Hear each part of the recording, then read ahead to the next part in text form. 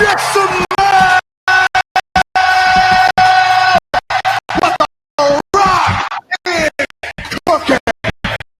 recording live from three locations. This is Past Patrick, and as always, I am joined by ALCs.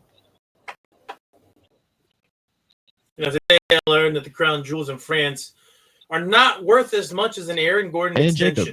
Jacob, aka Bethke. Yeah, I mean, I don't actually know. They say they're at least worth one Chandler Parsons. Around there. Around there. That's a really interesting story. You didn't see that? That didn't happen. Will he leave it in? We'll find out. Multitasking. Anyways, now I lost it. Yeah, so we'll start. The Louvre. We're back. Oh yeah, the Louvre. Louvre. See what goes on if we ever find any more about that. I don't know. The Louvre. Crown jewels exactly, but the question is, why did the guards not really try to stop them? Well, it was like a Sunday morning. I think there was a lady who already talked to the news and was like, we've been telling management this is gonna be bad, and then now it happened. It was Sunday morning though, bro. That's kind of funny. That was the part that I didn't know until I think yesterday or maybe today. The fact that we have that cracked me up. We have modern day jewel heist. It just warms my heart. It's nice, right? Something in the news that isn't just like. They also tried to burn the thing. The scaffold that they used, they tried to burn it. Yeah, Interesting choice, but I respect the trying to cover your trail. Yeah. So like apparently this could be like gangs and shit. So like they definitely are not. They're definitely professionals, and they're like treating them like it's the 48 hours to go and whatever. You know, it's unfortunate. Sorry for those jewels. Would have been worse to lose the artwork. I don't know. Yeah. Like those jewels are. Yeah, it is what it is. We know how those jewels are obtained. Did they steal them from someone else? Actually, probably. It's France. I mean, they probably crafted whatever that thing is in France, but like, yeah, the pieces of which were crafted probably collected globally. So it is what it is there. But it is an interesting story because it's straight out of Ocean's 14, right? Hey, and we got that coming up. I don't know if that'll be the actual title, but. Oh, another new Ocean. I just guessed, honestly. There is a new Oceans in production. Yeah, AI Bernie Mac, actually. Oh, God, no. I just watched Head of State this weekend. This weekend. They couldn't do that to me, bro. This is a bad thing, and I shouldn't say it. Speaking of people who will now have to be AI'd into things, we lost two pretty big music legends this week, I guess. Not necessarily people I was really all that familiar with, but worth mentioning. Ace Frehley of Kiss. Oh yeah, that's true. That did happen. Sam something, and that's my bad for not researching beyond his first name. I don't know who you're talking about. The bass player from Limp Bizkit. Yeah, why would I know? I definitely don't have a lot of respect or appreciation for that group, but. R.I.P. and to his family. Also, Ace Frehley, Kiss. That's tough. Like R.I.P. still to the family. That's one of those you have to definitely do a thorough Google before you co-sign. Not that he is nefarious, but if you've been with and around Gene Simmons that long in your life, I have a lot of questions. Yeah, the correct side of the battle with Gene. So people have to understand that when the guy who's kind of clusterfucking the world right now. When he first came about, I was like, why is this so familiar? I never watched The Apprentice. I never really engaged with this. I'm like, why is this so familiar? And then it dawned on me when he's in an episode of Gene Simmons' Family Jewels, a show I used to watch as a kid. I was like, oh my God, they are brothers from another mother. It's all professional wrestling, as most things are. But those two, like, I swear, one of them is just a rock star in like a black wig, and the other one is just heels. A yellow eagle nest. It's like a Guardian helmet with hair. Yeah. So either way, yeah, Gene Simmons, funny show. Not just a problematic dude, just like a kind of an asshole, even if you don't care about Woe. That's pretty much all I had on those two. And then I was lucky enough to last week go see Turnstile at the Fort Worth Panther Island Pavilion, I believe it's called. It was pretty fun. Good show. I was surprised how good it sounds. I don't know if you've ever been there. It's such a bad stereotype for the city of Dallas. I literally will go to other states and other cities in Texas before I go to Fort Worth, and I don't know how to pull that off as much as I do. So this is factually accurate. It's fair. It's kind of like the just rundown version of the whatever Jexa is called now at Fair Park. Like there's no seating. Like it's just Dos Equis. There's probably a better comp, but I don't go to a lot of places. There's a stage, and then there's just like a dirt. Have you been to Toyota out here? No. Toyota's gentrified version of it. Right. Yeah. Huh? But Yeah. On that. It's just open. It's just a little bit. It's the suburbs version. It's grass and dirt, yeah. But it sounds really, really good. I was surprised that Turnstile was able to carry their sound over from the albums to a live show like that. I'm not going to pretend like I know who Turnstile is any longer because I just want to understand where would I have encountered the internet? I don't know. What is this? What is the genre? They're vibe rock. Some kind of rock everywhere. Something between rock and metal. It's like Popular Rage. All right, let's just put something in there. Like a little bit of modern synth every once in a while thrown in there. I don't know. I'm bad at genres and stuff, but I think you might find something in there you enjoy. It's kind of punk elements for sure. The pit was cool. I got in there for a little bit. Yeah, I mean that definitely sounds like something that would sound. I don't know that this is something I would listen to a lot personally. Definitely would see it live. Yeah. That sounds like a good time. In one of their songs that literally says, "You really got to see it live to get it." Yeah, Never Enough is like the first one. I guess maybe this is their most popular YouTube video. That's their newest stuff. And that one's. I was like, okay, very vibey, and then all of a sudden it was just like. It all would fit in on the edge at any point in my life, and that's a good thing, I think. Nice. So that was fun. A cool venue. Not a lot to say about it, except for drinks. They're like $16, even for like a Michelob Ultra.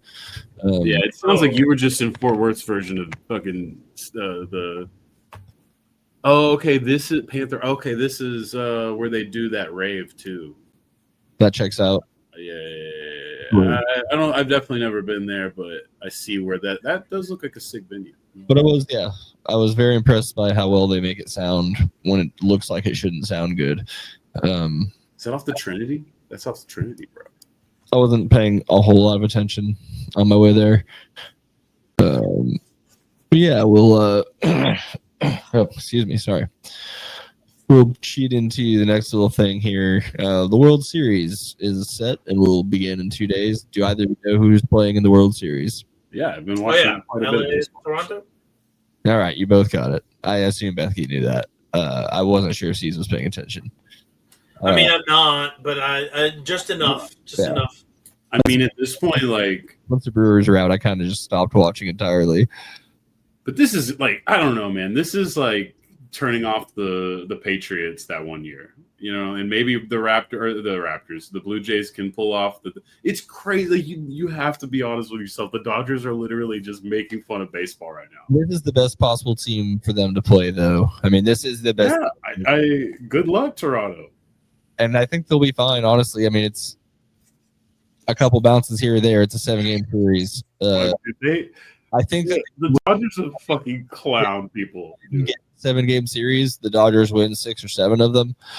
But we could always get one of those few. Look, man, I want to see a fun series.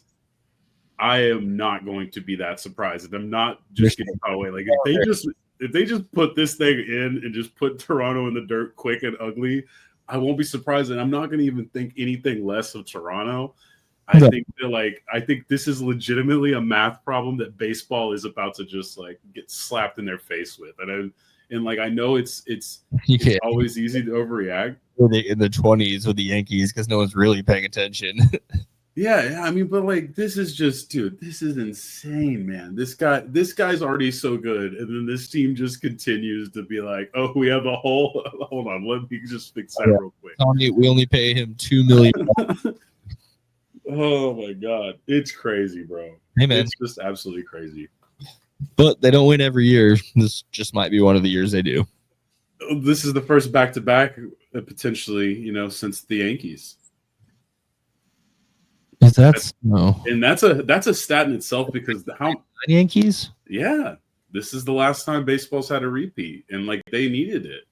You need a dynasty every now and again. You can't just not have a dynasty in your sport back for 20 years. It's the building block. Yeah. Anyways, the Giants kind of gave them something because the Spurs had already laid the ground for the every other year dynasty. Yeah.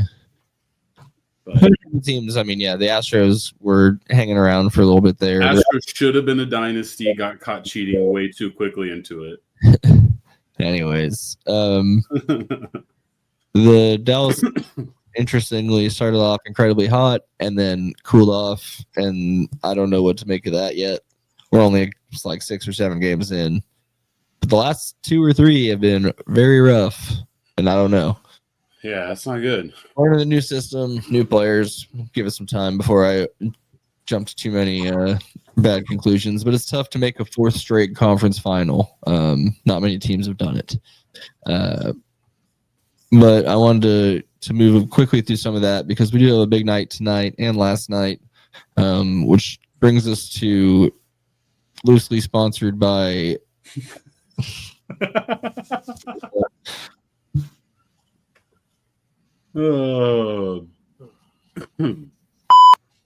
loosely censored by it's Bethke versus Vegas.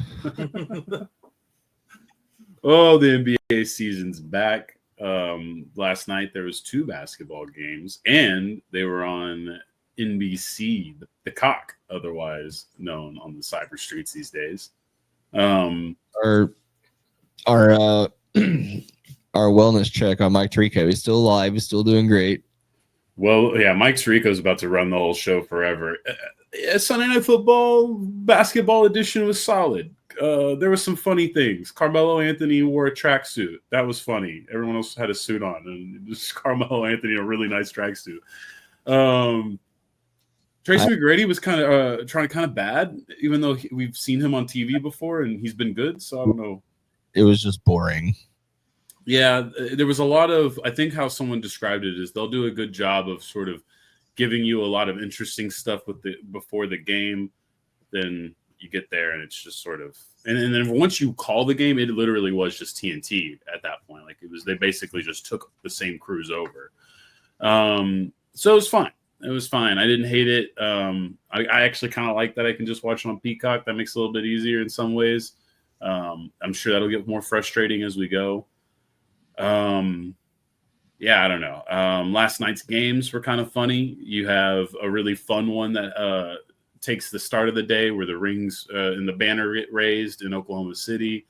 You have SGA winning the game in double overtime on some free throws. So back where we left off when it comes to the Thunder. Don't forget when it means ring ceremony, that means there's championship rings being passed around. That means there's content to be made, boys.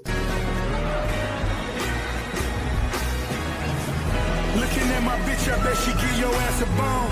Looking at my wrist, said it turn your ass to stone. Stretch limousine, sipping rosé all alone. Double-headed monster with a mind of his own. Cherry red chariot, excess is just my character. All black tux, nigga shoes lavender. I never needed acceptance from all you outsiders. Had ciphers with Yeezy before his mouth wired.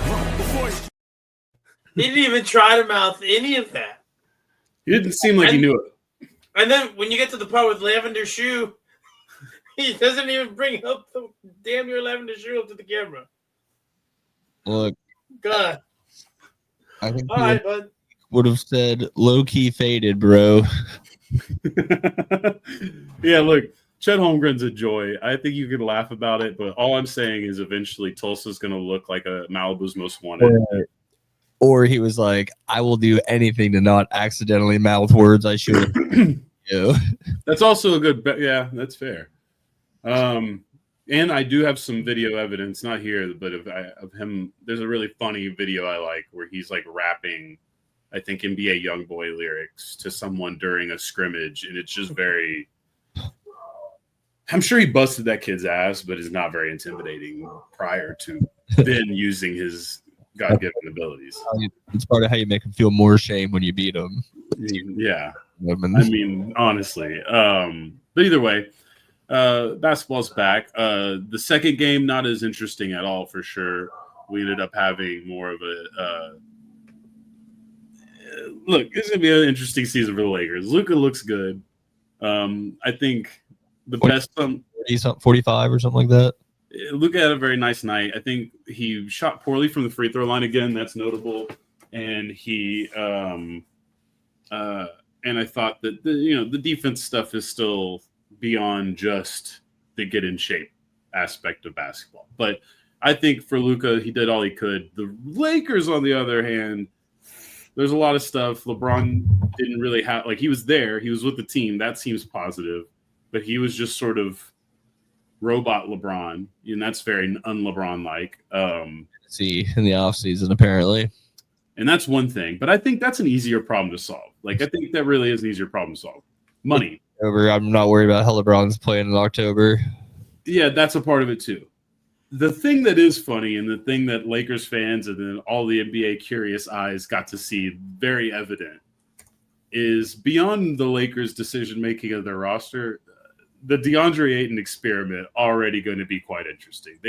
I'm sure because LeBron's not playing, because they just brought him in as a good showing of faith, JJ was force-feeding him the ball more than he ever should and would.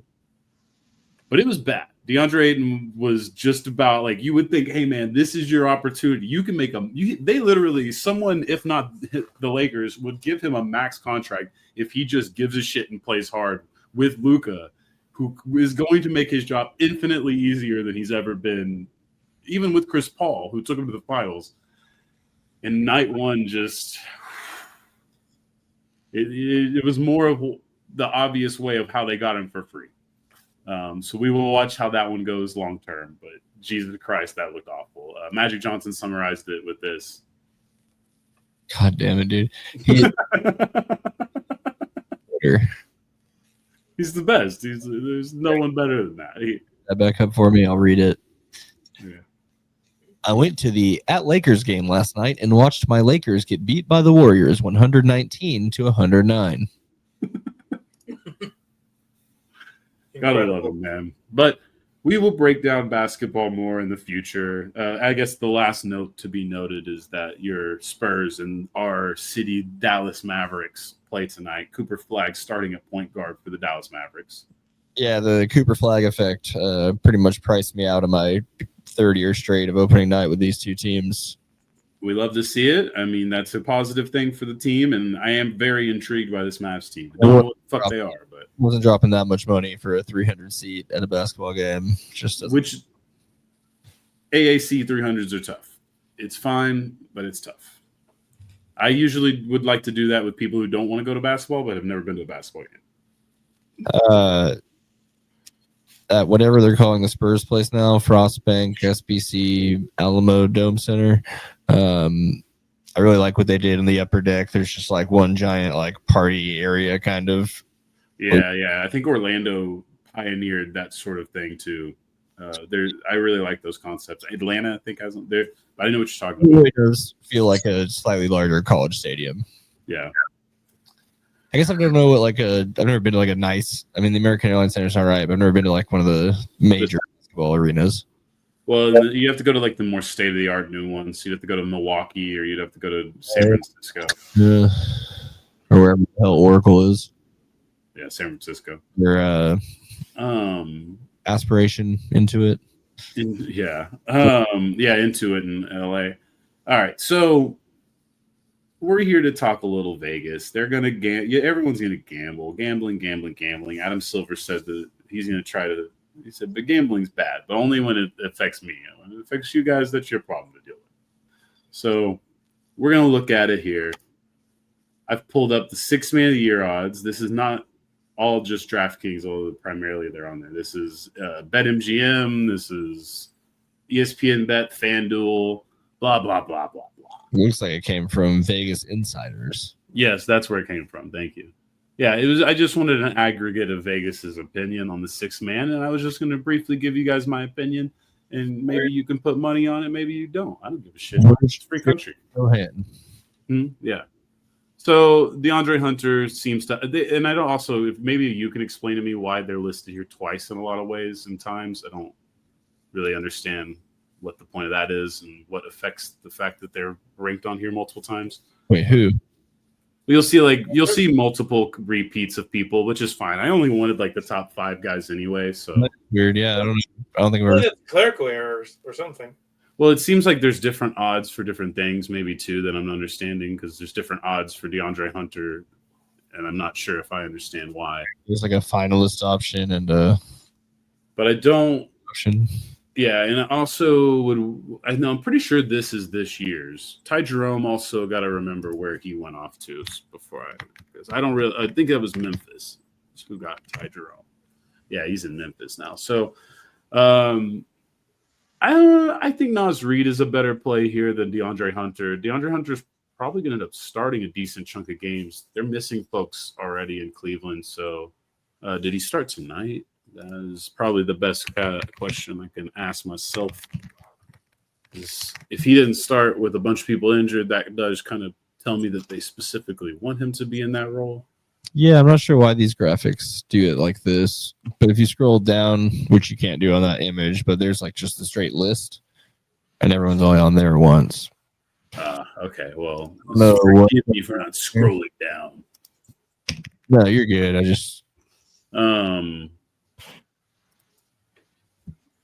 I'll have to do some research on this. Same. And either way, let's see. He is not playing. He's not playing. Yeah, DeAndre Hunter's out to start the season.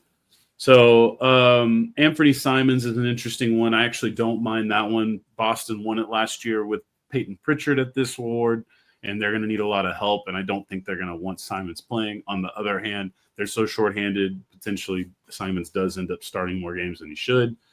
John Collins in LA is probably a really, really good bet if you're going to get him for good odds, because I do think he is relegated to bench man there, and I think he'll thrive in it. Bradley Beal's listed here, but I don't know why, because there's not a chance in hell. In fact, that's why he's probably not a Laker right now. So yeah, that's my thing is John Collins. I think that's probably the guy. Jordan Clarkson's also not a bad one. The Knicks are going to need him in that role. I just don't know if I trust him at his age. So John Collins. DeAndre Hunter, no. John Collins. On the actual full list, Bradley Beal's, I don't think he's actually on here. All right, good. Well, then we're going to do most improved player. Do you want to cast it, or you want me to show another? Vaulted in there. Beal. Yeah. Do you want to cast the most improved, or do you want me to? No, go ahead. I'll run the backup for further context. Most improved, Amen Thompson. This is fine. Andrew Nimhart will be a starter this year, so naturally you would think he's there. Benedict Mathurin, similar. Shaden Sharp really just signed for a very nice amount of money in Portland. Denny there with him. Montes Bozelis, I think, is an interesting one, but he'll be this is where the award's a little nefarious in my opinion, because like Montes is a second-year player. They just didn't play him last season, and arguably you might look back at his draft class and say he always should have been the clear number one guy of that group. We'll see. Richeche is a really good role player, but Montes might actually be a star on his own right. Shaden Sharp's a really good one, though. I think this could be the year, if he stays healthy, that he will get all-star consideration. I think Portland will be better than shit, but they won't be that good, and he might have a lot to do with it. But if you want to be safe, the Thompson brothers are interesting. Asar has not played a lot because of injuries, but Detroit definitely needs him to play more this season. Amen is now co-starring as a utility man for Kevin Durant. So I would say that's definitely a good spotlight to win a Most Improved award. But I think Shaden Sharp would be my smart money there for sure. What does he rank on the official?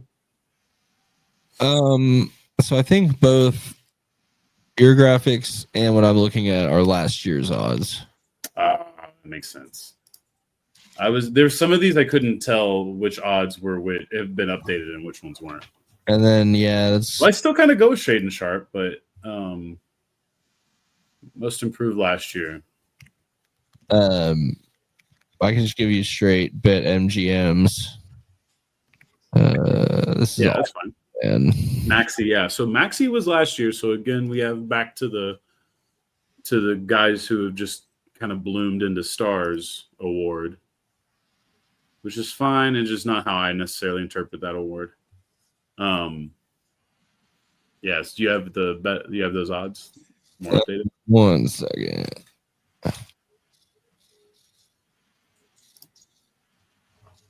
Nope. That ain't it. That's fine. I think I'm getting geolocated blocked on some of this. Haters.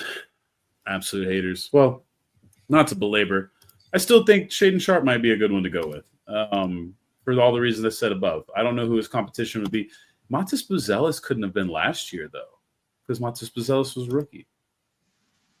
This looks like legitimate. I mean, Josh Giddey could also make. I mean, all of these are very legitimate for this season. Listen, it says last year's date, so maybe they just didn't update the date on the page yet, or maybe there's in between doing it.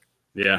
All right. Well, that's why they're listed in one and some are listed again as like maybe they had last year's and this year's odds on there. Yeah, verify your odds. But I would still look into Shaden Sharp a lot. Defensive Player of the Year. We're not going to do this one very long. If the man's healthy, it's pretty much shut door on this one. Like, I think if you're really going to gamble on it, and I'm not just doing this for the homer stuff, I do think a full season of Anthony Davis with a defensive roster like they have would certainly be an interesting argument to Victor Wembanyama, because I think you would see why he is who he's been in his career. But if defense would overtake his personal stats in that sense. I mean, yeah, I do think that could be, if the Mavericks are really special defensively this season, which I do think is sort of their goal. I think that would be behind Anthony Davis. Best defensive player on the best defense. Yeah, exactly. Yeah, I think that could be the argument overall, is that if the Mavericks just blow it away. Dyson Daniels, I mean, a steals player, probably perennial defensive player of the year, defensive team guy. Same with Amen Thompson, probably just perennially just going to regularly check him on the all defensive team. Evan Mobley certainly could take another leap. I mean, this was something we're interested in tonight. Cavs start off the season shorthanded, so it's really just going to be him and Donovan Mitchell. Jared Allen obviously still there, but it's Darius Garland and DeAndre Hunter that make that team a little more bogged down. And then Chet Holmgren, I just don't think is the best defensive player on that roster. He's a really good big guy, but they do a lot of team defense stuff that I don't think that it would shine the same way Anthony Davis would shine in that kind of argument. But again, that's AD playing for a whole season, which I understand the argument against that. So defensive player of the year, definitely Victor Wembanyama. If you're really trying to feel frisky, I do like Anthony Davis's path. Rookie of the year, this one I know is updated. This one's pretty easy to vet. There's no pictures. I can check the kids real quick. So know that they're still working on it. I mean, yeah, Cooper Flagg and the Rookie of the Year, I think, is an interesting argument this season, because I think Dylan Harper is primed and ready to have a better season than him statistically. And I think we might fall back into the argument that happened when, funny enough, to continue Cooper's comparisons, is LeBron James, when LeBron won it over Carmelo Anthony, where Carmelo Anthony statistically was probably better. Nuggets got to the playoffs in his first year, I think, as an 8th seed, if I remember that correctly, or almost just missed the playoffs. Cavs were not good at all LeBron's first season. Statistically, he was a little bit below, I believe. Melo as well, but only so much. Nuggets finished 43 and 39, sixth in the Midwest Division, eighth in the Western Conference. Yeah, so there you go. They lost to the Timberwolves 4-1. They just round. Did you just tell me 6 teams from a division went to Yeah. I think there were fewer divisions back then. there was, but like I still am a little in awe of that statistic. Anyway, Cooper Flag, yeah, I mean I think he's really fucking good. Everything so far is so good, but offensively, I don't know what the measuring stick's going to be, especially if Dylan Harper's in a better position there. But yeah, I think the rest of the class. Sorry, it just checks out. That was the year the Timberwolves got the 1 seeds. It was T-Wolves, Spurs, Mavs, Grizzlies, Rockets, Nuggets all made it from one division. That's incredible. That's insane. No, it does make sense though. That's division, man.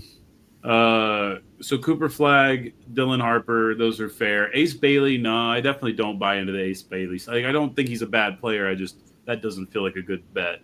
VJ Edgecombe, maybe, because Philadelphia revised itself, maybe. I don't know their teams or their places on their teams very well, but I would assume there's someone who's going to have, like Dylan Harper's prime to just get a lot of time on the floor just because what the Spurs team is. That would actually be the thing. But he has more vets around him probably to.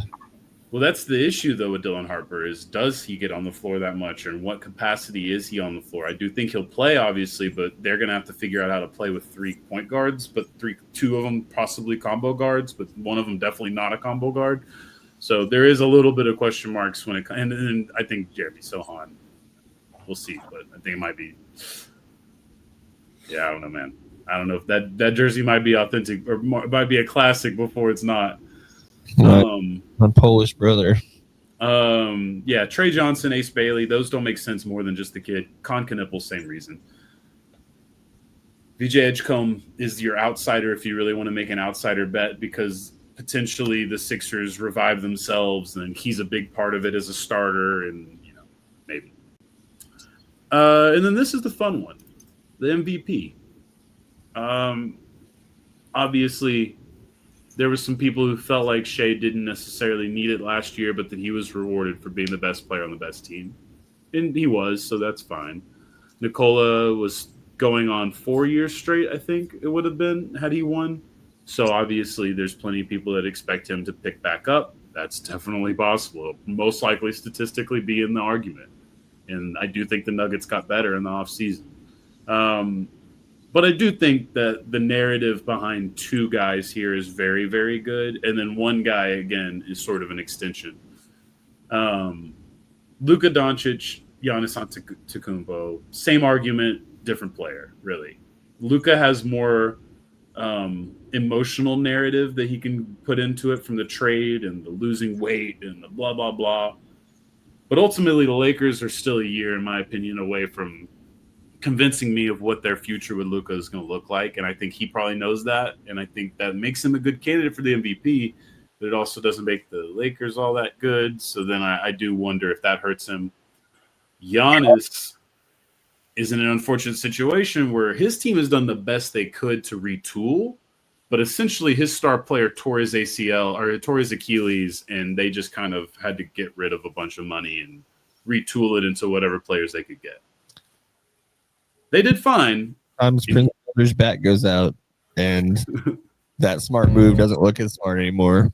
I mean, yeah, that's the thing is they did the best they could with what they were working with. I absolutely will give Milwaukee that. In my opinion, the players don't like the roster doesn't look great. I'm not going to lie about anybody there. Well, why didn't they go get Luka? Yeah, exactly.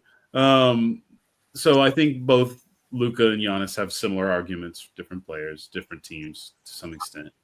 And then if Wemby, is healthy and plays for the whole year and he's the defensive player of the year, then he's certainly going to be in that top 5 MVP candidates. It's obviously not reality, but just imagining his per-minute preseason numbers spread across like a full season in real time with actual NBA minutes just sounds like the coolest thing you can ever watch on TV. I mean, he is going to eventually live up to this stuff. Pieces of that, but yeah, there's no, obviously it's impossible to just carry on with, I don't know, Yeah. 12 blocks in 20 minutes or whatever it is. There has been a great delay in the Wemby, factor, I suppose, but the Spurs really sucked. And I don't think people have appreciated how bad the Spurs were. I think they knew that, which is what a lot of decisions they've made have been based on. It's really going to pay off someday when this team wins, and I can be like, yeah, I spent a bunch of money to watch them be terrible against the Mavs and the Pistons. I mean, awful, really. Spurs basketball hasn't just been like not winning. They've been actually worse than Spurs basketball when they're not talented is just atrocious. Watching the Wings kind of reminded me of the last couple of Spurs games I went to, where there's like a couple players that like these people are really good at basketball. Yeah. Look no further than the Dallas Wings to show you basketball malpractice. So yeah, basketball season's back. We will continue to do more things. I think next week we probably will not be continuing to do more things because I will be seeing Doechii in concert. Nice. She will be in Irving if you guys are interested. Yeah. All right, we'll do a 3-hour breakdown of tonight Mavs Spurs game. We'll make the breakdown longer than the game was. You can definitely highlight that, but we're going to do a slow ramp. I'm actually creating an NBA content calendar as I get free time so that I can kind of slow ramp everybody into it. This I thought would be good. Hey, you got to put your early bets in while the odds are still good. That's a decent breakdown of it. So there you go. All right. I guess that means it's time for me to hit this button. Yes, this button. This is Past the Rock. I'm a man.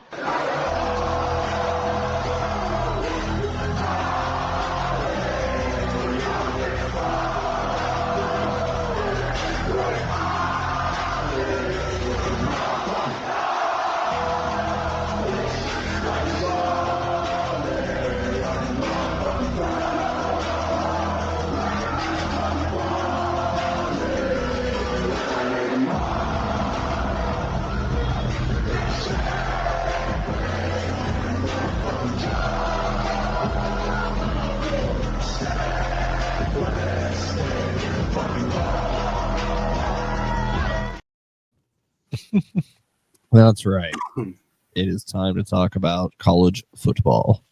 College foods. The week in foos. There was many a win. There was many a loss. There was only one a fire, but there's been many a fires, and we'll talk about that when we get to it. I'm going to start us off in the SEC with LSU and Vandy. Just going to have a couple of things to talk about with this one. If you guys have any points, absolutely do it. Diego Pavia and the boys win. Yes, sir. Hosting the game. So it's whatever. Garrett Nussmeier and the LSU offense continues to find ways to make us not believe in LSU. Their defense also not quite helping the case because they were being pounded in quite well by the Vanderbilt Commodores. It felt like a winnable game this entire time. So you're kind of like looking at LSU's next game in College Station or hosting the Aggies, and you're really looking at Brian Kelly, and you're like, "Hey, man, no pressure, but if you don't beat A&M this week, the number might go up." On these shorts, the LSU character's got like a trench coat. He opens it up, and he's got Brian Kelly in there, and he's trying to give him to the Penn State kid. No, I mean, Brian Kelly has not had – I don't know that he has been the best choice. I mean, he was – when they hired him, it was an awesome LSU power move. Until he opened his mouth with that accent and did that weird dancing video. Until they really – I mean, it really didn't take long. Yeah, it didn't take long for them to sniff out Brian Kelly is a good football coach. But Brian Kelly also – It's not the man for that program. He's a beating. I think it is true with LSU. And I think there's also like he's just a cornball. And I think cornball can work as basketball coach. I think cornball can sometimes work as football coach in the right circumstances. Like in the Midwest. This is not the right circumstance. Yeah, no, you don't do the whole. You don't do that cornball shit down in the South, man. Especially not the SEC, or at least not a powerful program in the SEC. You could get away with that in Notre Dame because that's a cornball program. Yeah, I'll down that up.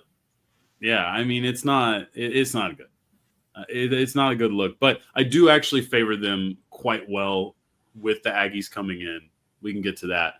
Vandy's going to host Mizzou at home, so another big game for the Commodore or for the. They're not the Commodores. Yeah, the Commodores. They are the Commodores. They always just call them Vandy. They always forget. Anyway, so I'm pretty sure they're not really on water, are they? No, but no, they're not. Well, I mean, there's a lot of rivers, but they're like narrow little rivers in Tennessee and stuff. They might be actually not things you would need a Commodore. not that big a vessel. So yeah, I do like that they are kind of like the little darling. Everyone's just kind of like, yeah, you go, Vandy. Well, I mean, it's a school that's always been historically small for the SEC, and it's been the academic powerhouse of the conference. Nobody laughing stock sports. The Aggies when they pop back up. No one thinks that way about Oklahoma State when they pop up. Well, I think this might change, but those programs have seen higher highs than Vandy overall, so I think that's the reason. I think Vandy's legit. I mean, the fact is I wonder a lot. Even when I'm just playing this stupid video game, is what are they going to do about realignment? And are there a bunch of Big Ten teams, especially like Northwestern, like Rutgers, that are going to be kind of kicked to the side so that more West Coast or centralized teams can fit into their conference and make that work better? And, the SEC isn't going to do that. They don't have that burden. But Vanderbilt could have certainly found itself in an awkward position if this shit got real ugly. And now they're like, oh, no. Kentucky football is the fucking worst, and it's by a mile. Mississippi State's close. And this is the pecking order from here on out. South Carolina, Missouri, Arkansas, kind of really not that great either. Well, Missouri's still fine. Missouri's like mid. They are just pure mid. Like they're that test meme. Finally, pure mid. Yeah, they're a weird group. They just on there. Like they're always going to do enough to get ranked. They're never going to do enough to do anything with it. Yeah. So either way, this game is an interesting one. Vandy is here though, at least this season. Very competent roster they have. Obviously, this thing could turn. Coaches can go somewhere. Guys can transfer to bigger programs if they want. Whatever. But Vandy's investing. They've got 15-year starter Diego Pavia. So,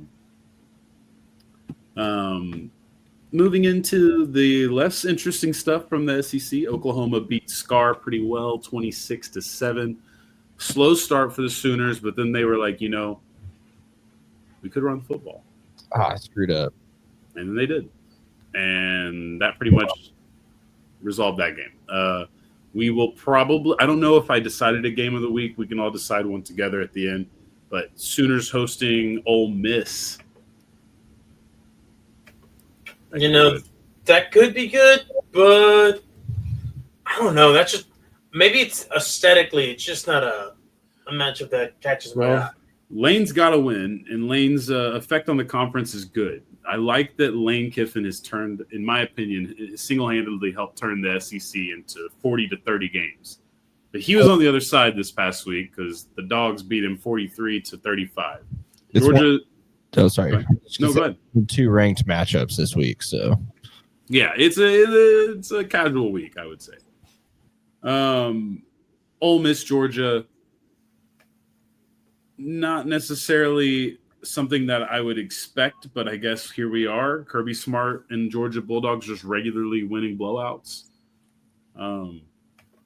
Okay, I mean, didn't beat Alabama, so now we have Alabama, who's technically the best. This is getting very confusing with the SEC. Well, I think the Aggies are technically the best right now. I feel so bad. We'll see. If they win, I will officially give them all the credit this season if they pull this one off Saturday. But Saturday, Saturday confounds me. I think the game of the week for me is LSU. Do they want to be a one-loss team or a more than one-loss team? Because we already got scheduled for them. I think more than anything, you shut people up if you go into Baton Rouge and you win that game, knowing that team may be very talented, but offensively they're inept. And A&M until this past week has been a good defensive team. So, like, I don't trust their offense still, and the injuries are still an issue there. That's why I think they're screwed. I think they're going to be fucked in Baton Rouge because it's going to be so goddamn loud. They don't have Moss to lean on. The quarterback is really talented, but I don't know that we've seen a lot of him doing it himself. I think the Aggies are a little screwed going to Baton Rouge. But if they win that game, then it's like, well, shit. All right, man. This team's just got it because they are set up to lose this week, I think. But yeah, Aggies won 45-42 against Arkansas. What's left of Arkansas in a lot of ways. I mean, that was a trap game. They handled it well, and then they fell asleep in the game. Almost got really scary for them. Don't know that I read too much into that. Another lame game from the afternoon slate that ended up having the most consequences, you could say, Mississippi State, Florida. This was a 23-21 win for the Gators, so they had to eke it out in the swamp, but they got the win. I think there was actually, if I remember correctly, this was both teams scored instantly, so it was 7-7 to start this game, and then just no one scored again until like the third quarter. Brutal. Or maybe even late third quarter. So that's not fun. Either way, Billy Napier gets fired over this. He's now the 8th coach this season, which I believe is an FBS record. He is the 3rd coach in 5 seasons. This one I did look to vet up because there was some nefarious ones with the last firing. To beat Mississippi State and then get his ass canned. Gus Malzahn and Jimbo Fisher being the other two. So sorry, dogs. That's just a really unfortunate part of history. Sexualized as a fan of the game. I don't think we missed any of the other stuff from those games, right? Oh, Georgia. Yeah, you had the Georgia flea flicker.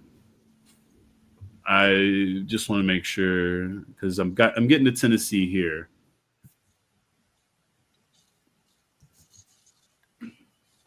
Oh yeah. No, I mean Gunnar Stockton. Google a photo of this guy. He couldn't look more like in the line of what Nick Saban would win a championship with every year, and really Kirby Smart's picked up the mantle well. Just love a good flea flicker. Oh, and then we got some Oklahoma ones. You really did go hard on Oklahoma here. Oh. There's South Carolina's there was hope for this team, and that hope is not there anymore. John Mateer punt. Oh, hell yeah, dude. Does that help his draft stock or not? Probably not. Well, I cut off right after this. They get a safety on, I think, the very next play.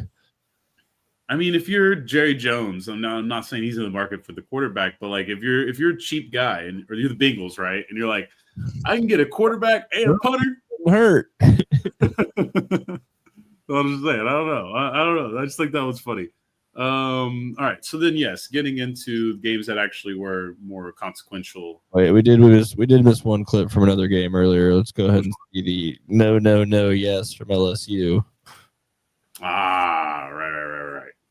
As LSU's quarterback down 11 with the ball on his own 40. Again, so many winnable times. Games a few sacks. Let's go for no reason.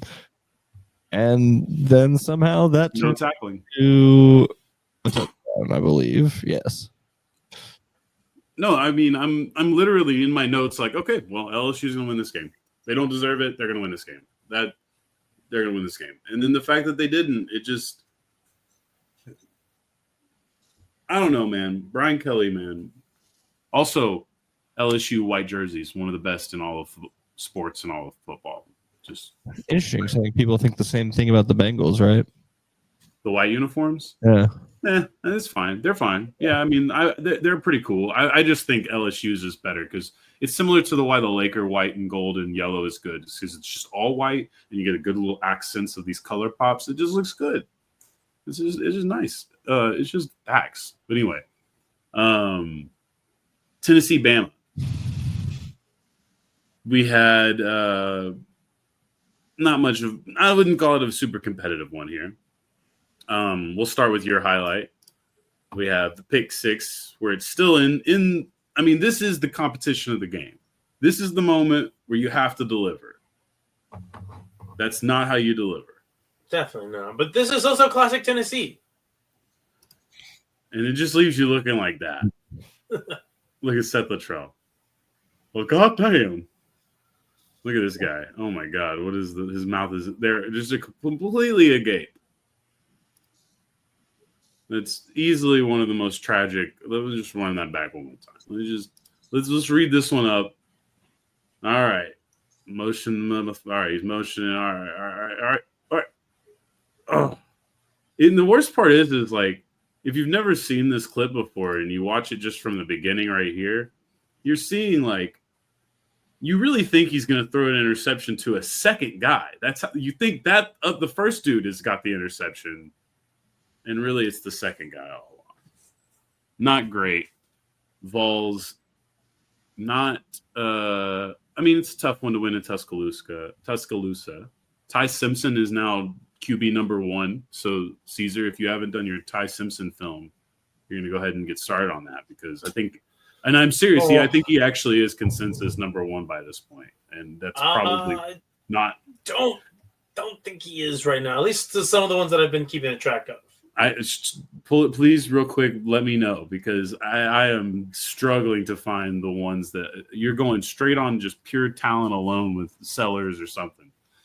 Well, no, I don't. I think Sellers has fallen off too. He might not declare this year, and he shouldn't, based on what he's been doing this season. A lot of it not his fault. This team is turbo dog shit. So if he wants to leave and just call that, I'm good with it. He should probably leave for a better program. The one thing that I have seen, and it's been a meteoric rise, it's the kid out of Indiana. Okay, yeah, you're right. There is a Fernando, and that's a different argument, because it's guys they're looking less for Aaron Rodgers and more for Jared Goff. And listen, he has the build. I mean, he has the size. He's very similar. Yeah, that's a good one. Dante Moore's another one out of Oregon. No, Dante Moore is not. That people are. That's a sugar high. They need to let that kid season a little bit at Oregon. No, I agree with you. I'm just saying if his stock is rising as the year goes on. Talented, super talented kid. Yes. But a little too thin for my liking. But amongst some others, Missouri, Auburn, not where we're gonna find future quarterbacks in Bo Peribola and. What's old boy's name from Denton? Jackson Arnold. Not two programs that are putting NFL quarterbacks on the field, but a fun game nonetheless. Patrick, this is a 23-17 Missouri win in overtime. Patrick, you have a clip here. Okay. Oh, exactly. Beautiful. I should have double checked. So yeah, I mean, that's just beautiful. Oh, that was me. That was me that put that. That's not one of mine. I have. You put it on yours now. Just all right. So I think it might be the same play from a different angle. No. Oh yeah. Hell yeah. Same play. Hell yeah. I just left it in a little bit longer to watch the big guy be like, "What do I do with it?" Oh, incredible! Right. I wanted to show you the anti-Hasselbeck. I'm a little worried I didn't test this, so boys, brace your ears if this doesn't work well. I tried to make sure you could hear the guy. You want to select defense, okay? Auburn, what side of the field do you want to go to? It's in the field, so you'll be on offense first. Swing around from this way, Auburn. Missouri, over here.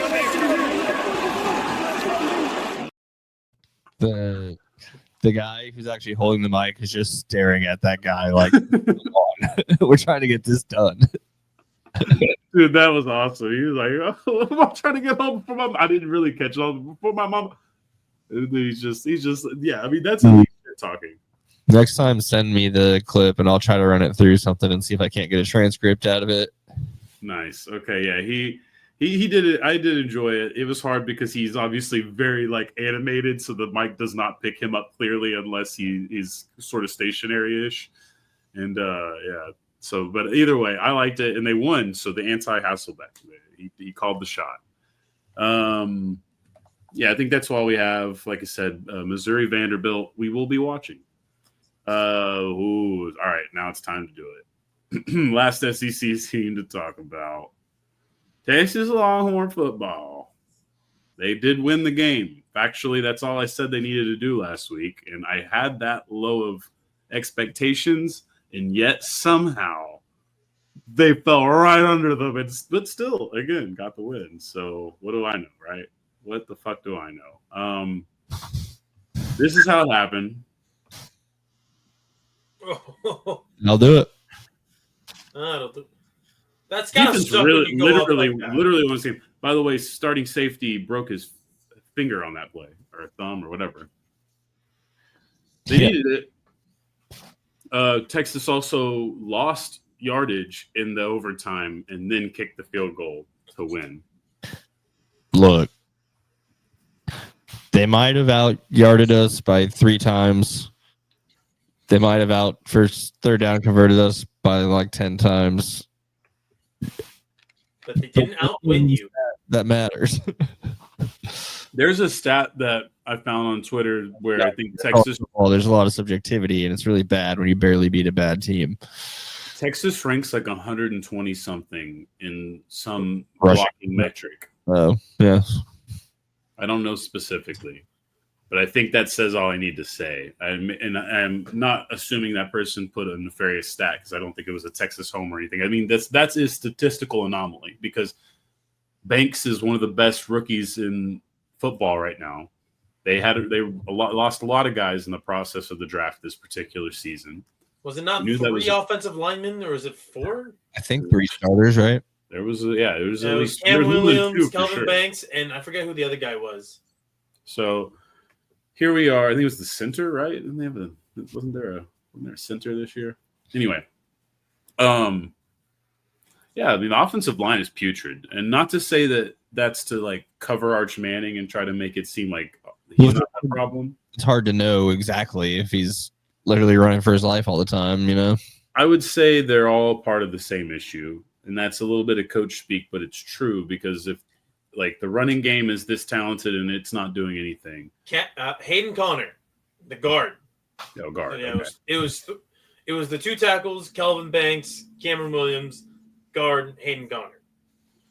And so Texas's offensive line is not good, and that's not going to continue to get better at this rate. It doesn't feel like. I don't know. Maybe hopefully it does. It's got to, and then I think you can see baby steps from Arch. But he had some bad throws. But again, like I don't know where you get comfortable in this offense being just probably not easy. You're probably looking at the long term of do the best you can this year and hope that matures into everybody being back next year together and with a solid year under them.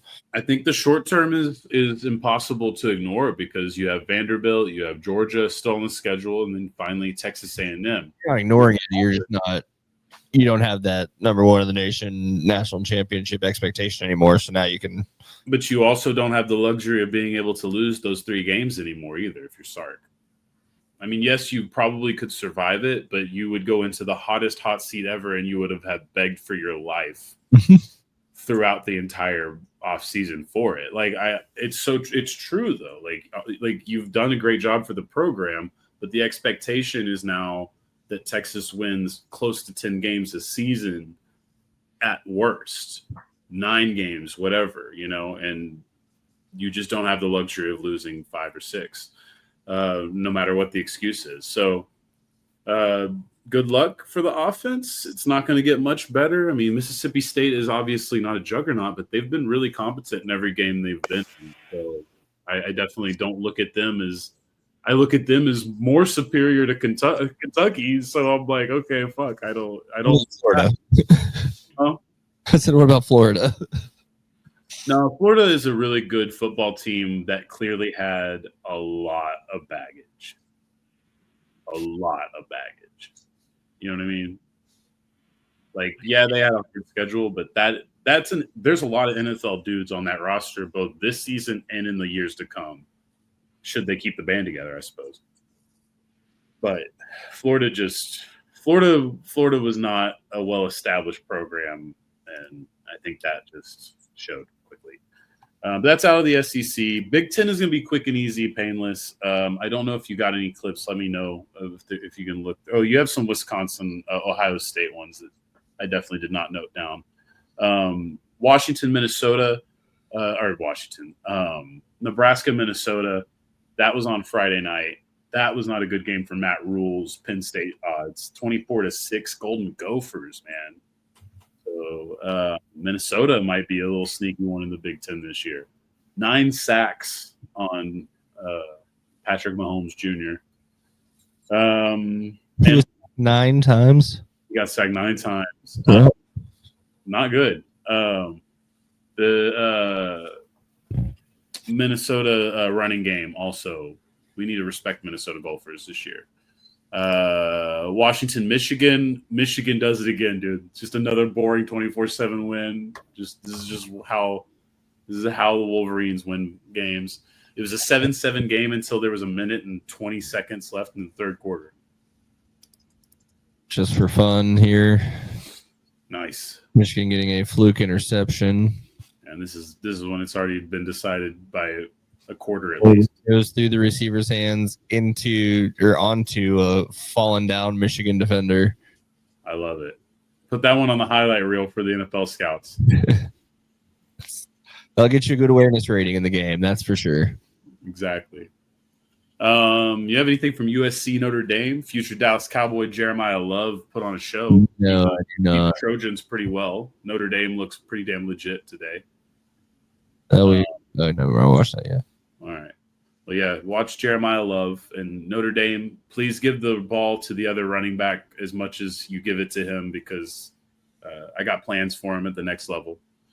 Anything else from the Wisconsin ones? You can do the Wisconsin. Yeah. So this one's going to be a fake punt from Wisconsin near their own end zone. That turns out to be pretty good on a 4th and 19 from their own 11. Yeah, I mean, at this point, that out to the 35 for the first down. How much do you think that Ohio State player is getting fucking just absolutely destroyed in his locker room for that? Tough. And then we have what I'm calling a leg catch.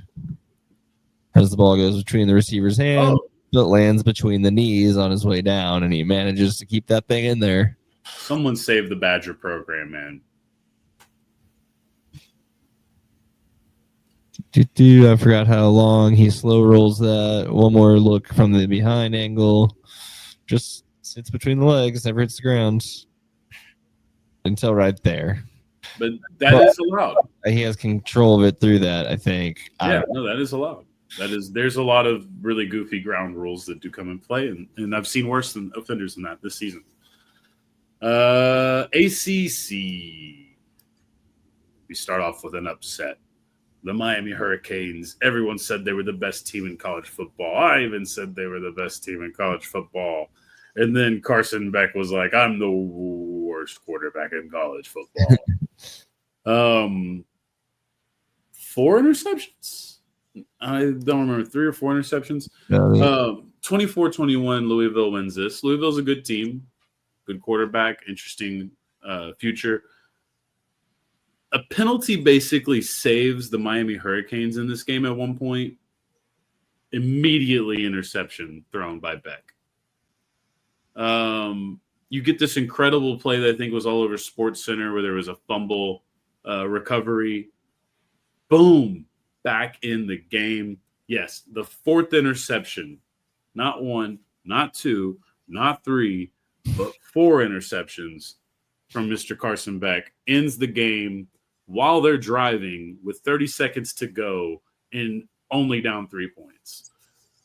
I did hear he was blaming his tight end for running the wrong route on that one. Oh, then that's worse than anything he put on tape for the NFL scouts. And then this was a funny, I think this was a tweet maybe. It says, prorated, the Bengals are paying Joe Flacco $3 million this season. Miami Hurricanes are paying Carson Beck $4 million. Hey, get your money, man, because you need to do it now.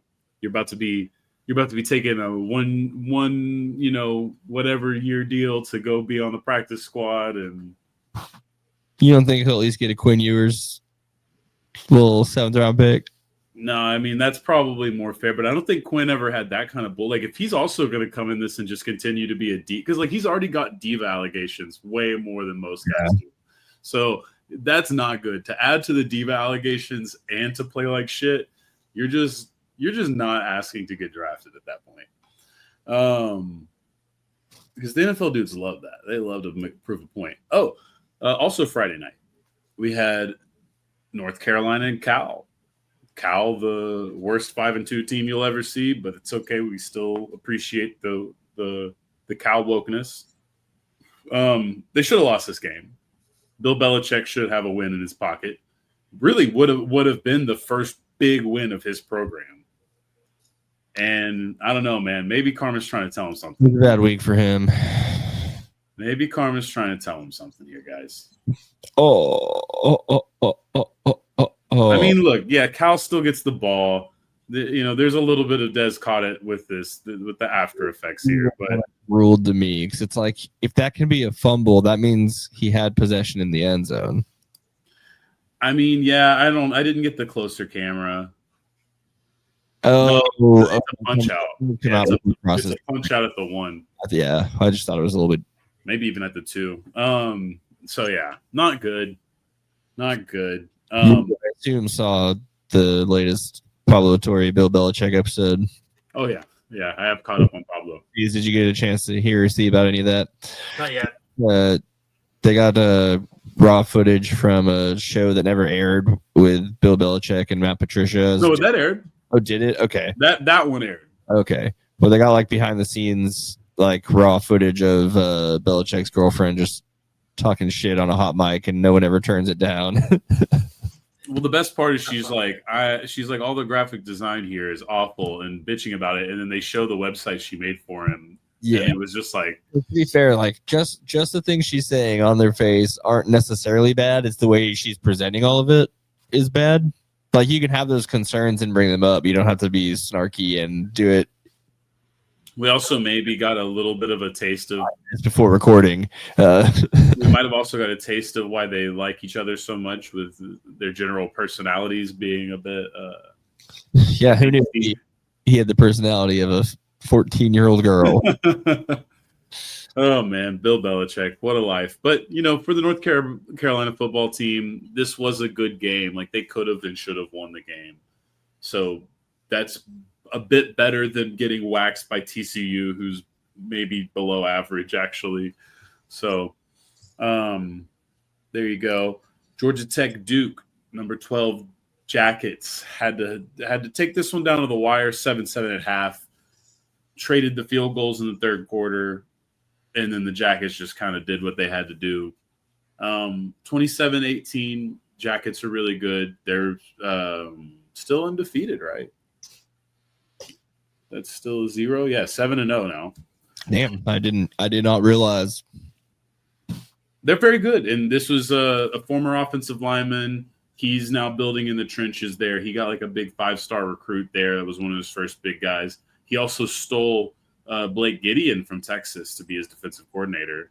And I want Blake Gideon to succeed.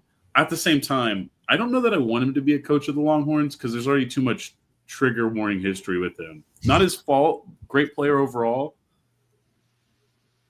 Look, I don't begrudge him for that one play.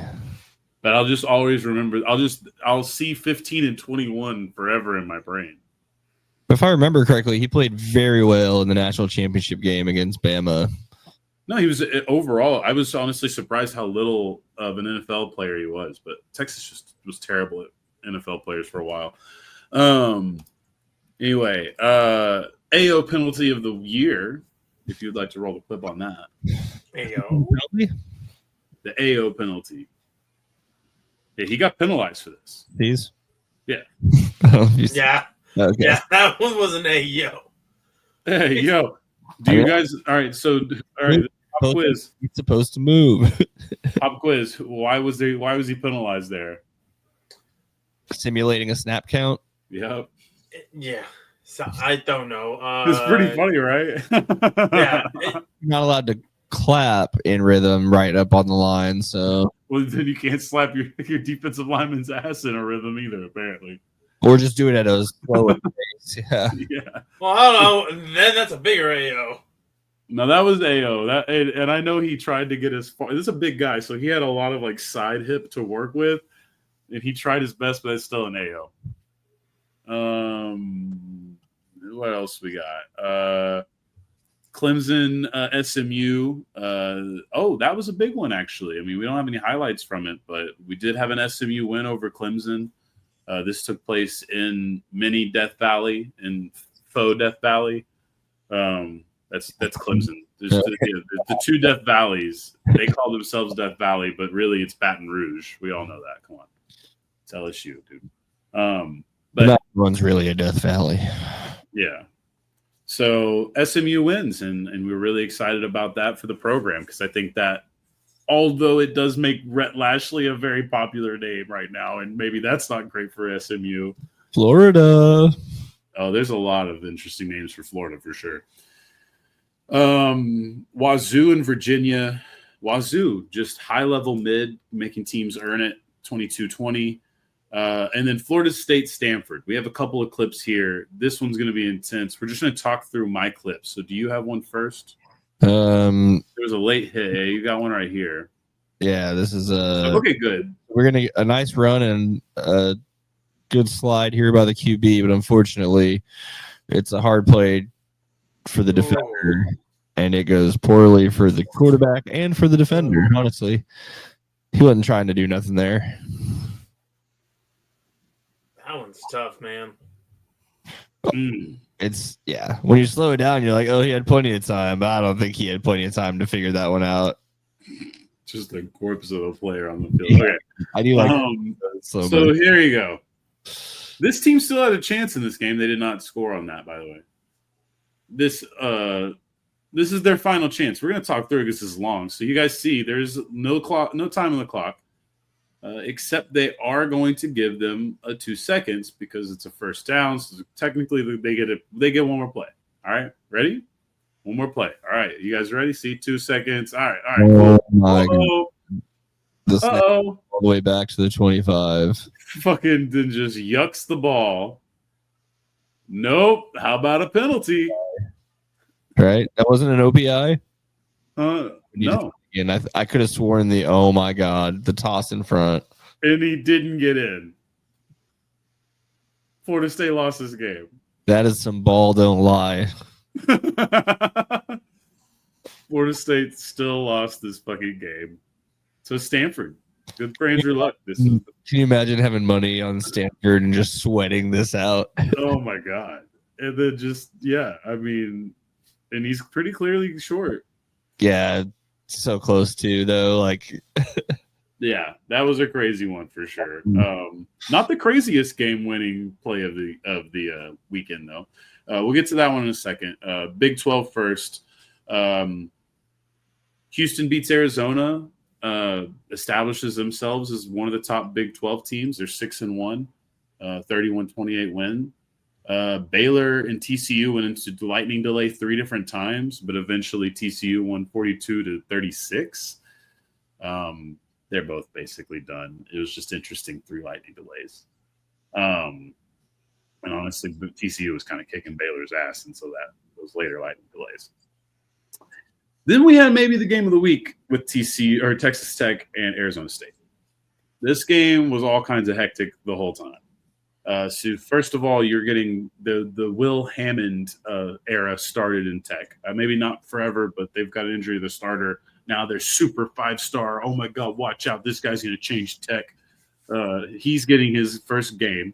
This is in Arizona State. It's not necessarily the place you want to do it. It's not going well. Arizona State's pretty much handling this one throughout the whole entire game. In fact, this is the play on 4th down. Look at this. 7-19. We're going to pitch it into nothing land. I'm going to play that again for you. 12 minutes left in this game. We're just going to pitch it into nothingness, and it's just not going to go anywhere. Yeah, not good. Like I said, Texas Tech not in a good way. 15 points in 2 minutes for Texas Tech. All of a sudden, they're in the driver's seat. They're winning this game miraculously somehow. But maybe, and this is where I'm interested, Caesar, Sam Leavitt, he's back for Arizona State this week. He leads them to a game-winning drive. I don't know, man. Maybe this guy is someone people need to care a little bit about. Maybe not in the first round, but definitely somebody who will probably be second, third in that consideration. He's got my official gamer stamp. You know what I mean? I don't know if he's good or bad, but he's a gamer. Yeah, and there's a place in the NFL for a guy like that. But whether it's going to be a high draft pick, who knows? I don't think so. But, he still has some time. I think he's only a sophomore? Yeah, probably. He might be a junior by now. He might be like one of those third-year sophomores. New Lightning. What? Nothing. Just making jokes. So the mic kind of cut out too when you're saying. I could just. We talked about Colorado last week and the kid who got fucking taken out, and then the player that was trying to get his helmet back.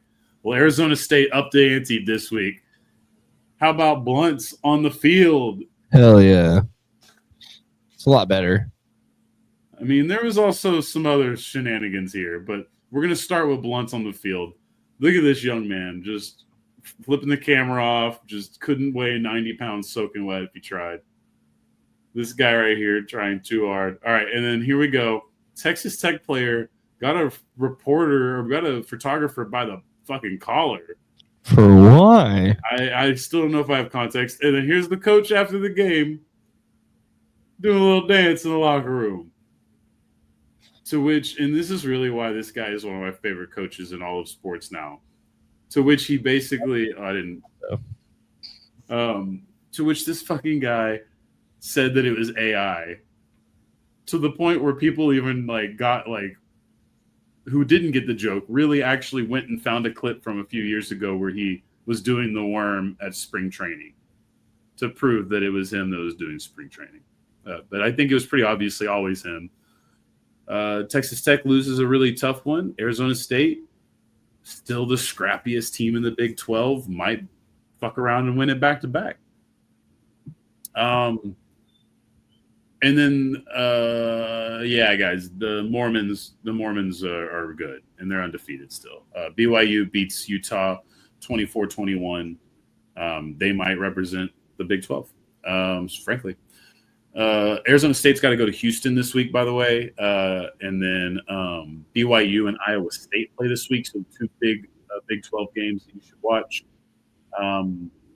Army-Tulane had the craziest ending play ever. You want to roll the clip on that one? We're jumping into the field now. Just a couple games here. Yes, I don't know if you saw this walk off, but oh wait, oh, from Tulane. Yes, I did see this one. Ooh, double bobble. In the end. Double bobble is crazy. The double wobble, and she wobble and she wobble. Oh my god! How scared do you think he was on that last wobble? He's like, "Do you think I'm gonna drop?" Like the first one, you're like, "Oh shit! Oh shit!" Like ball is the worst shape for that exact reason. I mean, he was saving a play, so I think it's less pressure than if you have an easy catch and you know you fucked it up and now you got to save it, which is what we saw Florida State lose on earlier this season. That one's tough, though. That one's really tough for Army. Green Wave still heddling business, potentially face the Green Machine later on. UNT beat the shit out of UTSA for homecoming. Which is nice because UTSA historically has our number. Yes. This is a good milestone in the program. Bounce back from the loss. Good bounce back. It's good for the people. It's good for homecoming, and it's even better, like Caesar said, because UTSA is one of the immediate teams we need to put in our rearview mirror to take that next step. Third game with 50 points this season for the Mean Green. That's the most since 1951. Yeah, I mean, this is perfect. You get Friday night football again this week from the Mean Green. They're going to be in Charlotte playing the 1-6 49ers. Do you believe in the Mean Green? If they don't beat the 49ers, the 1-6 49ers in Charlotte, and I'm going to be disturbed. Don't come back. I'm going to be perturbed. There's plenty. I understand. I have reasonable expectations. Just give me this one, man. Just this one, man. We're the number one scoring offense in the country. Oh, nice. Did you mention that y'all are bowl eligible? Bowl eligible. That's fair. Good one. Early. Good. Is it 6-1 now? I thought so. It might be. Yeah. Some teams are 6-1. Some are 5-1 still. It all depends on your bye weeks. 6-1. Yeah. So yeah. There you go, bowl eligible for the Mighty Mean Green. That is the standard, though, for sure. If you can hit that, that puts us in the play there. Hitting it way earlier than the last week of the season. Yes. Memphis UAB. This is where we take our final game. 31-24 Blazers. Trent Dilfer's fired. Tigers are undefeated. Who's going to stop them in the American? Oh, they're going to stop themselves. Navy or Tulane, I guess. Chris Mortensen, son of Alex Mortensen, or Alex Mortensen, son of Chris Mortensen, I should say, from ESPN. You guys might remember the Mort Report. Mm-hmm. Since passed on. He is the interim head coach. There was a game-winning drive with 2 minutes left after being down 2 touchdowns for Memphis. That was kind of day it was. They just did not get it done. They got down to the 1 twice and had 2 false start penalties at the 1-yard line to punch it in. If that's not fumbling away your easy opportunity to win a game, you should have lost the whole time. I don't know what is. But overall, it's a really good story. And USF versus Memphis is this week, so it really doesn't matter ultimately now. Memphis just needs to be USF to sort of get back on take their mantle back. But, if you do want to make the playoff, you probably want to go ahead and lose as few games as possible if you're not in one of those Big Four conferences. So, still a tough one for Memphis to drop that. I think you have a Monmouth. Yeah, let's check out what happened in the Monmouth game. This is a tip drill pick 6. Quarterback throws from zone 35. That thing goes in the air. Stony Brook and Monmouth. This guy comes down with it, and I don't really know how he scored on this, but it happens.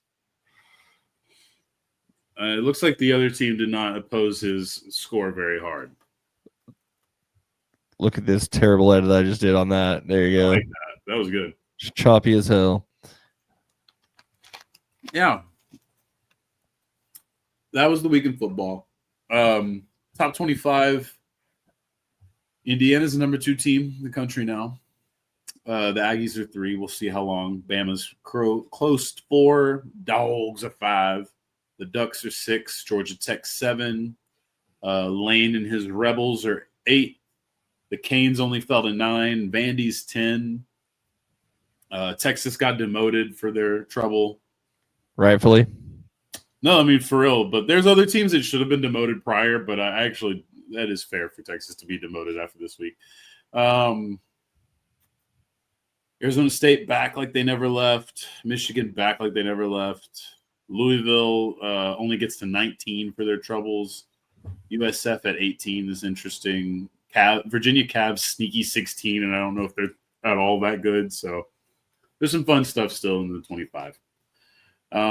We are 2 weeks away from the first official college football playoff. Yeah, November 5th, I think is what you said. And I'm just going off that. Yeah, I'm pretty sure that was. I Googled it the other day. Cool. It's coming very soon. So maybe even the next time we talk about things, it'll be that setup. But at this point, it's not going to be too big of a week this week. I think it's pretty obvious that if you're going to pick a game to watch this week, the game to watch would be A&M and LSU. Let me just double check though, just make sure I didn't. I guess Missouri Vanderbilt could be cool. And that's really it, man. That's all we got. I didn't even look at it that closely. I'll just go by top 25. Yeah, three ranked games. Yeah, because I mean, UCLA, Indiana's fine. UCLA's won 3 straight since starting 0-4 and firing the coach. That's an interesting story. They're 3-1 in the Big Ten too, so they're in the driver's seat. It would be seat. funny if they pick off another one. I mean, this would be a big one, but that's a tough one. We thought Penn State was a big one. I think Ole Miss Oklahoma is an interesting one to watch because Lane has to win this one to keep. Like Lane Kiffin is 100,000, 50,000, 100 madrillion, quadrillion about to be the head coach of another football team next year. And I just don't care about because Ole Miss was always the program before he's back, before he has redeemed himself for the USC blunder, for the Tennessee blunder, for where else is there? Is there another blunder I forgot about? I'm missing a blunder. I feel was FAU a blunder? I don't think. No. FAU is rehab or the rebuild. Yeah. Did he do something in the NFL? No. Well, yeah, no. The Oakland thing is way back. So yeah, Lane wants to finally be who Lane Kiffin always was supposed to be all those years ago, and I think that he knows he's got to jump. And I think with Florida there, with Penn State there, even though I really don't think Penn State's an option, but it's there. LSU might be an option. LSU potentially being an option. Texas maybe even. Who knows? I mean, look, Sark is not. I don't think that would be this year unless he would have to do something personally pretty bad. I think even if this year goes to hell, they're going to give him at least one more. I think everyone should just be thankful that Kalen DeBoer is working out for Alabama because now everyone is like hyper focused on what's the next thing that we're looking for because Kirby's obviously established. Kalen DeBoer has done a good job of turning this team into. I mean, I would say the best team in the SEC so far. So we'll see. Interesting week. Not that there's bad games. There's plenty of fun games. I guarantee you next week we'll have plenty of things that'll be fun and interesting. It's just it does not project to be interesting based off the rankings. Well, I'll wrap us up here with 3 little clips. One is actual longer one. It's 28 seconds, I think. Yeah, Utah targeting from Utah game. Just you can't do that whether he's got the ball or not. Quarterback 47. I don't know if that's the quarterback or if they're running some kind of weird set there, but no, that is the quarterback. It's Bear Brockmeyer. He's the one who took over for the guy who had sex. And he just gets helmeted poorly in a bad way. Also, incredible jersey combination choice from the Mormons. Yeah, that definitely looks like something out of a movie that didn't spend a lot of money on their football uniforms. Here's an App State fake punt. Direct snap, and he hands that off sneakily. We'll run it back. SEC powerhouse, App State. Back one time, you'll see the guy take the snap, start to run towards the bottom of the screen, but he slyly hands it off to a guy cutting across the other direction. Right there. Actually, there's a guy standing still. He handed it off to, and that guy just takes off. Pretty cool. I don't think I've ever seen that one. So, and then heading into next week, this might have been more appropriate, but this guy did it this week. From James Madison University, he had his Halloween face paint ready. I'm surprised this was allowed to happen, if I'm being honest with you. I wish more players would do stuff like that, like the Batman face paint type stuff. That'd be cool. Maybe get a Darth Maul going. And then lastly... Seeing that face paint reminded me of that episode from Atlanta. We're like, why was he in whiteface? Oh. Yeah. All right, and then we'll wrap up the college football first half with the video from the pit of the Turnstile Show.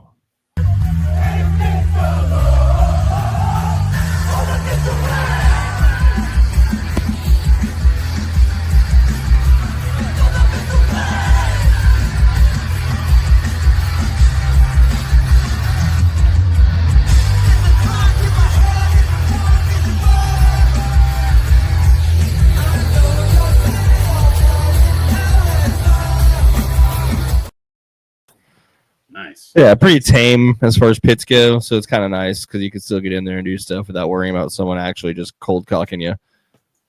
Yeah, you were one of like 6 people that I knew that were at that show. It was cool. Yeah, I'm pretty sure I did see Eric at one point, but it was quick, and then it was going to be impossible to figure out if it was him, and then for him to remember what I looked like and remember me, and then didn't want to deal with all that. So fair enough. He does remember you. Yeah, I know that he knows in theory who I am. But anyways, we'll be done with the first half, and we'll come back for some pro football talk. Some CTE, baby. Oh. You want